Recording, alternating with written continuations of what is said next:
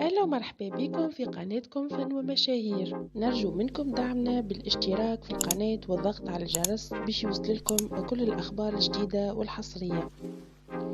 دخلت حنان الشقراني القفص الذهبي، حيث احتفلت بزواجها داخل قصر البلدية. خطفت حنان الأضواء بجمالها اللي طلعت مزيانة برشا، وكما عودتنا حنان لمت كل الفنانين والصحفيين والإعلاميين بجانبها. كانت فرحانة برشا ومزيانة برشا، وإن شاء الله ربي يهنيها. خليكم مع بعض الأجواء الكواليس وعق القران. يا احلى كيف يا وخياني تحت بأب كولتور من احمد ولا فاجي ولا عفاف